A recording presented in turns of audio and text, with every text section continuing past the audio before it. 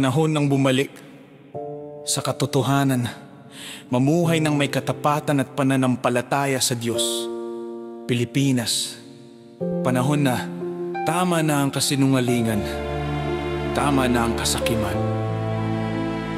Tama na! Tama na! Panahon na ngayon, sobra na ang sakit ng kahapon. Korupsyon sa bayan, parang bahanin na. Kawang pangarap ng masa, puso'y sugatan, pag-asa'y humina. Pero may tinig na nagsasabing tayo'y gising na. Babangon tayo sa gitna ng unos, kakapit sa Diyos, sa kanyang lubos.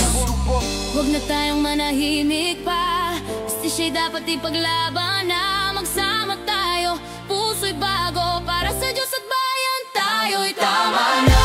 Tama na ang korupsyon, paghahari ng katotohanan, pawid ang kasamaan.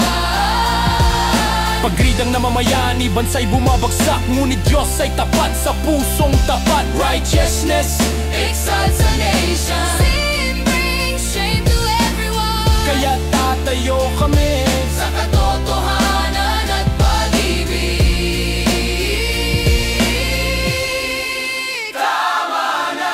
Di na kami yuyuko sa takot o pride, lalakad sa pananampalataya kay Kristo aming guide. Para sa leader, para sa mamamayan, pumili ng landas na may dangal at kabutihan.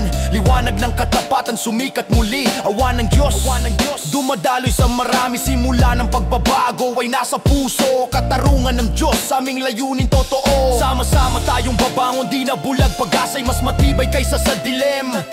Katapatan at pananagutan, ilawan ng bayan, kumikinang sa bawat kabataan. Pusong matapang, tapat at dalisay, bansa'y malilitas pag sa Diyos sumasamba.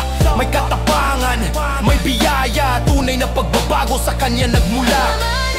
Tama na ang korupsyon, paghahari ng katotohanan, pawiin ang kasamaan. Bansang matatag,